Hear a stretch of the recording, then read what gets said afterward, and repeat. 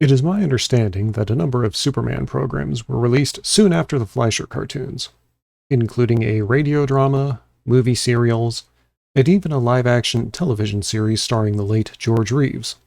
And I would genuinely love to introduce those stories to all of you, but those records are not stored in my vault. Sorry.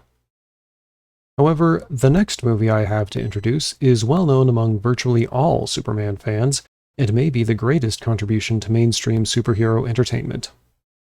Superman the Movie, the 1978 film starring Christopher Reeve.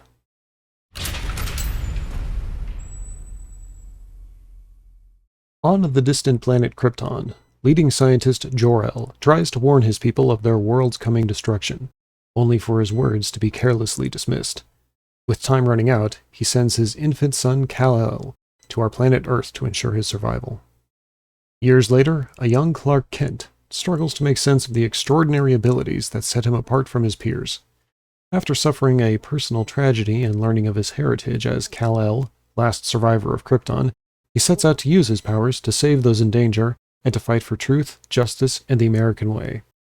But Superman's efforts soon bring him into conflict with criminal genius Lex Luthor, who views the hero as an obstacle to eliminate in his pursuit of wealth and power through mass destruction.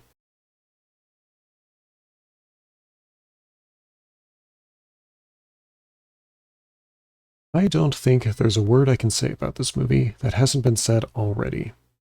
This is just another instance where all of the elements mesh together in a film that just feels good to watch. Well, there are a few holes in the writing. It's naive of Superman to reveal one of his vulnerabilities in an interview, and careless of Lois Lane to publish it in an article that anyone could read.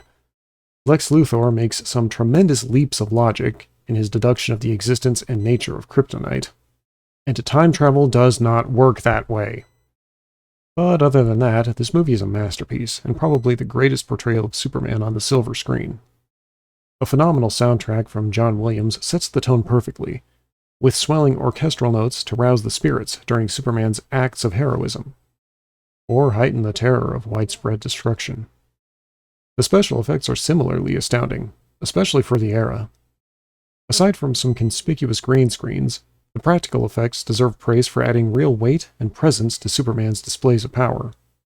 And on a personal note, I love the set design for Krypton. The barren environments, stark color scheme, and crystalline architecture create a setting and atmosphere that truly feel otherworldly. And the destruction of physical props and set pieces makes the end of that world feel equally real. And terrifying. It's also a stellar cast that brings the story to life. Movie legend Marlon Brando brings gravitas to his portrayal of Jor-El. Gene Hackman looks like he's having fun, playing Lex Luthor as a criminal mastermind forced to work with incompetent lackeys. And Margot Kidder shows off her talents in her own performance as intrepid reporter Lois Lane, as well as her chemistry with Christopher Reeve. But this is unmistakably Christopher's movie. The man plays his part like he was born to it. In a sense, he actually plays two parts. His version of Clark Kent is the embodiment of timid, bumbling, nervous energy, while his Superman is an image of confidence, poise, and strength. And no matter which identity he's in, he maintains a wholesome, good-natured charm throughout the film. Reeve puts everything into playing both extremes, attire, posture, and even vocals. And he does it so well that you can believe these are two truly different men. Entire generations of fans see Christopher Reeve as the defining Superman, and I see no reason to argue with them. Superman the Movie is not just a good superhero film.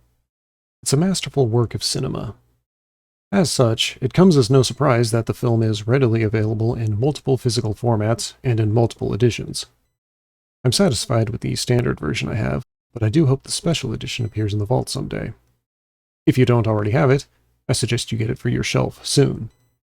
Movies of this quality don't show up often, and when they do, they deserve to be preserved, respected, and above all, enjoyed. Thank you for joining me in this brief look into the archives of my vault.